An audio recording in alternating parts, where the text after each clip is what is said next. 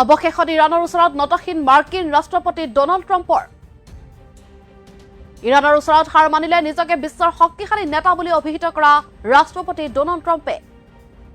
প্ৰায় 40 দিনৰ অন্তত ইৰাণৰ চৰ্ত মানি যুদ্ধবিৰতি ঘোষণা আমেৰিকাৰ দুসপ্তাহৰ বাবে সাময়িকভাৱে যুদ্ধবিৰতি ঘোষণা দুই ৰাষ্ট্ৰৰ যুদ্ধবিৰতি ঘোষণাৰ পাছতে আনুষ্ঠানিকভাৱে ইৰাণে জাৰি কৰিলে বিবৃতি অৱশেষত আমেৰিকা আৰু ইৰাণে ঘোষণা কৰিলে যুদ্ধবিৰতিৰ বাবে 10টাকৈ চৰ্ত আৰোপ কৰে ইৰাণে প্ৰথম চৰ্ত আছিল অহিংসাৰ প্ৰতি দায়বদ্ধ হ'ব লাগিব আমেৰিকা দ্বিতীয়তে হৰমুজ জলদ্বীপৰ ওপৰত ইৰাণৰ নিয়ন্ত্ৰণ অব্যাহত থাকিব পৰৱৰ্তী চৰ্ত সকলো প্ৰাথমিক আৰু কঠোৰ নিষেধাজ্ঞা আঁতৰাই দিয়া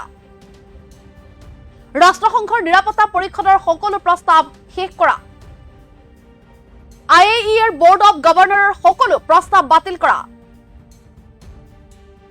ইৰাণক ক্ষতিপূৰণ প্ৰদান কৰাৰ লগতে অঞ্চলটোৰ পৰা আমেৰিকাৰ সামৰিক বাহিনী প্ৰত্যাহাৰ কৰা এয়া হৈছে অন্যতম এটা চৰ্ত আৰু শেষৰটো লেবাননৰ হিজবুল্লাহৰ বিৰুদ্ধে সকলো যুদ্ধ বন্ধ কৰা ইৰাণৰ এই চৰ্তসমূহক লৈ আলোচনাৰ সন্মতি আমেৰিকাৰ শুকুৰবাৰে ইছলামাবাদত এই সন্দৰ্ভত আলোচনাত মিলিত হ'ব ইৰাণ আৰু আমেৰিকাৰ প্ৰতিনিধি আৰু এনেদৰে প্ৰায় 40টা দিনৰ অন্তত অৱশেষত সাময়িকভাৱে দুসপ্তাহৰ বাবে যুদ্ধবিৰতি ঘোষণা কৰিছে আমেৰিকা আৰু ইৰাণে যেহেতু আমেৰিকাৰ ওপৰত 10টাকৈ চৰ্ত আৰোপ কৰিছে ইৰাণে আৰু সেইসমূহ যদি চৰ্ত আমেৰিকাই মানিবলৈ বা স্বীকাৰ কৰে তেন্তে ইৰাণে যুদ্ধবিৰতিৰ বাবে সন্মত হ'ব বুলি ইতিমধ্যে সেই চৰ্ত আৰোপ কৰিছিল আৰু সেই 10টা চৰ্তক লৈ বৰ্তমান আলোচনাৰ বাবে সন্মতি প্ৰকাশ কৰিছে আমেৰিকাই যাৰ পৰিপ্ৰেক্ষিতত বৰ্তমান আনুষ্ঠানিকভাৱে ইৰাণে যুদ্ধবিৰতিৰ কথা ঘোষণা কৰিছে দুসপ্তাহলৈকে আমেৰিকাই ইৰাণৰ ওপৰত আক্ৰমণ নকৰে বা ইৰাণেও আমেৰিকাৰ ওপৰত আক্ৰমণ নকৰে লগতে 10টাকৈ চৰ্ত আৰোপ কৰিছে ইৰাণে সেই চৰ্তসমূহ হৈছে প্ৰথম চৰ্ত অহিংসাৰ প্ৰতি দায়বদ্ধ হ'ব লাগিব হৰমুজ জলদ্বীপৰ ওপৰত ইৰাণৰ নিয়ন্ত্ৰণ অব্যাহত ৰখা সমৃদ্ধিকৰণৰ গ্ৰহণযোগ্যতা সকলো প্ৰাথমিক নিষেধাজ্ঞা আঁতৰাই দিয়া 5 নম্বৰ চৰ্ত হৈছে সকলো কঠোৰ নিষেধাজ্ঞা উঠাই লোৱা 6 নম্বৰ চৰ্ত হৈছে ৰাষ্ট্ৰসংঘৰ নিৰাপত্তা পৰিষদৰ সকলো প্ৰস্তাৱ শেষ কৰা 7 নম্বৰ প্ৰস্তাৱটো হৈছে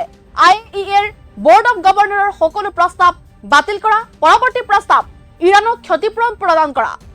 তাৰ পাছতে 9 নম্বৰটো প্ৰস্তাৱ হৈছে অঞ্চলটোৰ পৰা আমেৰিকাৰ সামৰিক বাহিনী প্ৰত্যাহাৰ কৰা আৰু 10 নম্বৰ চৰ্তটো হৈছে লেবাননৰ হিজবুল্লাহৰ বিৰুদ্ধে সকলো যুদ্ধ বন্ধ কৰা এনেদৰে অৱশেষত 40 দিনীয়া যে যুদ্ধ সেই যুদ্ধৰ অন্ত পেলালে আমেৰিকা আৰু ইৰাণে যুদ্ধবিৰতি ঘোষণা কৰিছে আমেৰিকা আৰু ইৰাণে 14 দিনলৈ যুদ্ধ নকৰে আমেৰিকা আৰু ইৰাণে আৰু এনেদৰে যুদ্ধবিৰতিৰ বাবে ইৰাণে আমেৰিকাক 10টাকৈ চৰ্ত বান্ধি দিছিল আৰু সেইসমূহ যদি চৰ্ত আমেৰিকাই মানি চলে তেন্তে ইৰাণে যুদ্ধবিৰতি সন্মত হ'ব যুদ্ধবিৰতি সন্মত হ'ব বুলি তেওঁলোকে দাবী উত্থাপন কৰিছিল আৰু সেই গতিকে এই চৰ্তসমূহক মানি চলিবলৈ স্বীকাৰ কৰিছে আমেৰিকা যুক্তৰাষ্ট্ৰ যাৰ পৰিপ্ৰেক্ষিতত বৰ্তমান সাময়িকভাৱে দুসপ্তাহৰ বাবে যুদ্ধবিৰতি ঘোষণা কৰিছে আমেৰিকা আৰু ইৰাণে 10 এপ্ৰিলত ইছলামাবাদত এই যুদ্ধবিৰতিৰ সন্দৰ্ভত বা এই সমূহ যি প্ৰস্তাৱ সেই প্ৰস্তাৱসমূহৰ সন্দৰ্ভত আলোচনা মিলিত হ'ব আমেৰিকা আৰু ইৰাণৰ প্ৰতিনিধিৰ দলে আৰু এনেদৰে দেখিবলৈ পোৱা গৈছিল মধ্যপ্ৰাচ্যৰ যুদ্ধৰ ফলত যেহেতু সমগ্ৰ বিশ্বজুৰি প্ৰভাৱ পৰা পৰিলক্ষিত হৈছিল আন্তঃৰাষ্ট্ৰীয় বজাৰত খাৰুৱা তেলৰ মূল্য বৃদ্ধি হৈছিল ইয়াৰ সমান্তৰালভাৱে ৰন্ধন গেছৰ নাটনি দেখা পোৱা গৈছিল বিশেষকৈ